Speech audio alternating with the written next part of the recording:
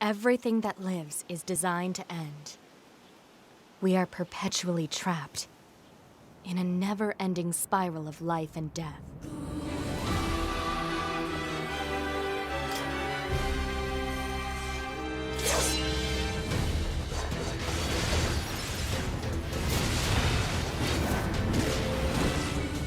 After a long wait, NieR Automata is finally out on the PlayStation 4 and PC.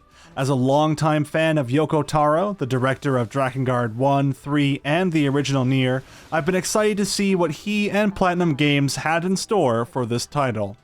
Will it offer the same dark storytelling that is the hallmark of Yoko Taro's writing?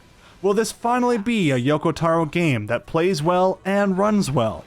Is Platinum Games still making good games? Let's dive into it and find out. 承知しております。健闘を祈る。人類に栄光あれ。人類に栄光あれ。人類栄光あれ。 The story of NieR Automata follows three androids named 2B, 9S, and A2. These three are members of an elite military organization called YORHA. It's through YORHA that humanity is able to fight back against alien invaders that sent machines down to Earth to claim it as their own. The remaining humans live on the moon, as they had to flee Earth in order to survive. Automata initially follows the story of 2B and her newly acquainted scout android, 9S. The story unfolds as you assist local resistance fighters with various issues like missing friends or materials and trinkets. It's through this that you start to learn more about the machines occupying Earth. As you uncover the mysteries about the machines, 2B and 9S run across a new type of enemy, a human-like machine. This new machine quickly becomes the main villain of the game, and it's up to our two protagonists to stop him. Of course, it wouldn't be a Yoko Taro game without there being multiple endings and plenty of extra story after ending A. It's here where the plot truly shines. After playing ending A, you'll be able to restart the game as 9S to get his perspective on things. You're also given a lot more detail on the enemies and bosses you end up fighting. After ending B is where the second half of the game opens up, and this might be the best part of the narrative. Pushing for endings C and D had me on the edge of my seat, trying to find out what's going to happen next. For those wondering if you need to have played NieR or any of the previous Drakengard titles to understand this one, you don't need to worry. Aside from minor references and one location you go to, the game is entirely standalone. If you do, however, want to learn about the Drakengard and NieR storyline, then I'll leave a link to Clem's analysis on the series. In all honesty, I absolutely love the story for NieR Automata, as it was extremely dark, engaging, and exciting to see unfold. It was gripping until the very end.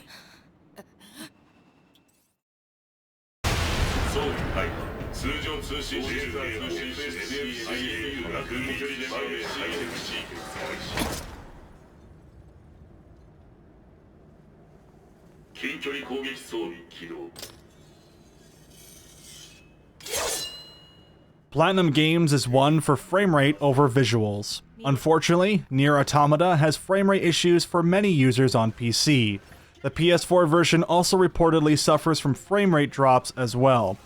The game is targeted for 60 FPS, which allows combat to flow nicely when it's stable. Cutscenes are limited to 30 FPS, and this could be a bit jarring. Full screen also bugs out, making the game run at a low resolution, then upscaling it to 2715 by 1527. Using the program Windowed Borderless Gaming allowed me to play properly. There's now also a mod that fixes the full screen issues, which I'll leave in the description below.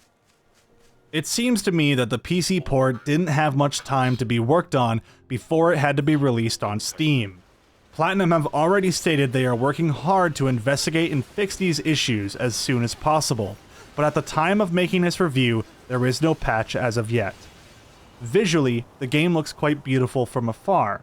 When the camera zooms out or when roaming the various environments, you'll find Automata looks quite stunning. The color palette works great for this game, as it really accents the themes Automata is going for. However, textures up close on certain objects can be quite blurry. The options menu is unfortunately quite sparse for visual adjustments. You have a choice of full screen or windowed mode, VSync, anisotropic filtering, anti-aliasing, shadows, effects, and ambient occlusion. Control options, on the other hand, though, have plenty of things to choose from. Not only can you fully rebind keyboard and mouse functions, but your gamepad as well. You also have the option to fully adjust the camera in more than just vertical or horizontal movement. I only wish more games of this genre had these features, as they are extremely useful. As for the voiceovers, you have the option of either the English or Japanese cast. I played through the entire game with the English cast, and then a few hours with the Japanese track. Both are very enjoyable. The English cast did a great job at portraying the characters' emotions, although unfortunately, the lip sync is only accurate to the Japanese version. However, not everything is subtitled, so if you play the game in Japanese, well, you're probably not going to be able to understand what every character is saying. Some standout performances I have to mention, though, is Kyle McCarley as 9S and Shirami Lee as A2. You're pretty useless, you know that? Emmy Evans also makes her return alongside the composer Keiichi Okabe. The soundtrack is absolutely breathtaking, and the only thing comparable would be the original NieR. The music dynamically changes depending on where you're standing. If you're in the menus talking to someone or doing a minigame, the track will alter itself, adding vocals or even changing to chiptune. My favorite tracks are Simone, The Weight of the World, and Voice of No Return. NieR Automata's OST is a masterpiece and stands out as one of the best video game soundtracks to date. Our records don't say anything about a machine like this.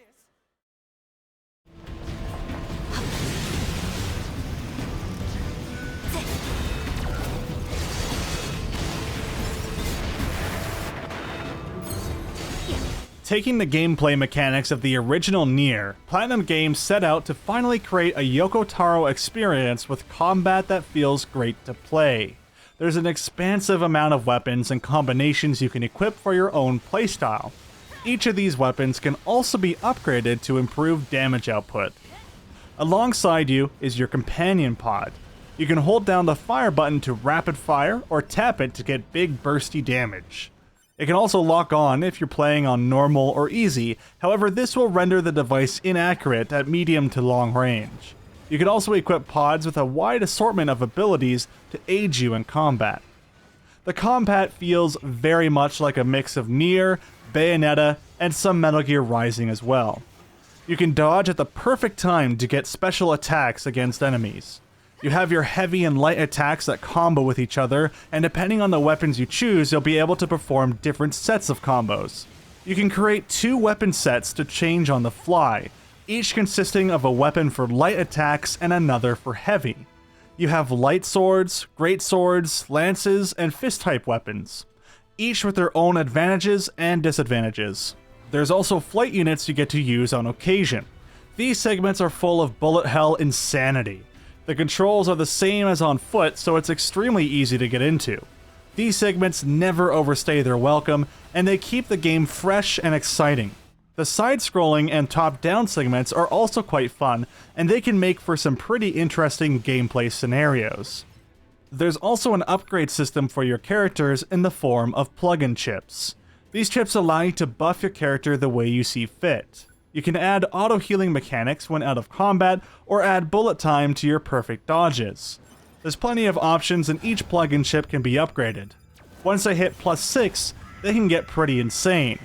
You can even choose to unequip various HUD elements which also take up space. I found that I would remove some of my visual heads-up display in order to make room for some slightly stronger upgrades.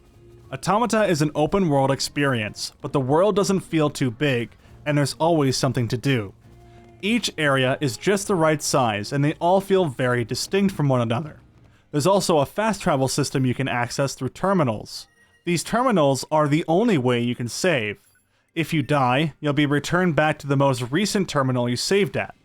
The catch is, if you don't reclaim your old body that you lost, then you're also going to lose all the plug-in chips you worked so hard to get. I've lost my high-level chips once, and it felt terrible.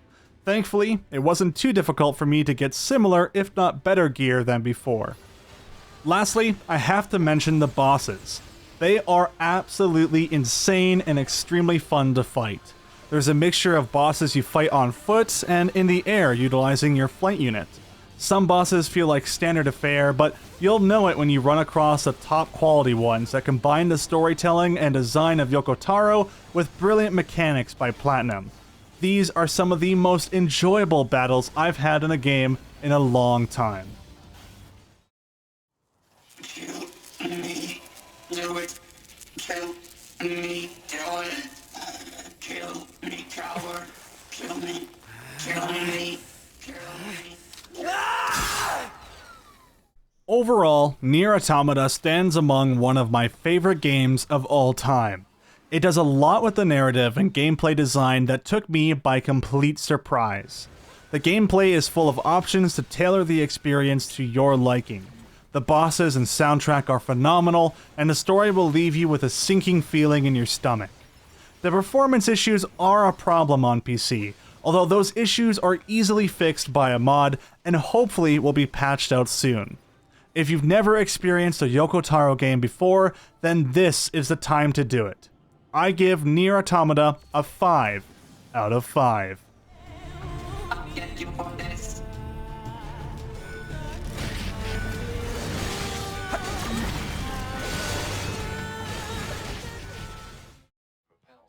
Thank you very much for watching my review. If you enjoyed this video and want to see more like it, then please leave a thumbs up and be sure to let me know what game I should review next. You can find me on social media such as Twitter or Facebook, links will be in the description below. Lastly, I'd like to know what your favorite spectacle fighter is. Is it something along the lines of Bayonetta, or more technical like Devil May Cry? Let me know in the comments below. That's it for me. Thank you very much for watching. My name is Akabane101, and I will see you in the next one.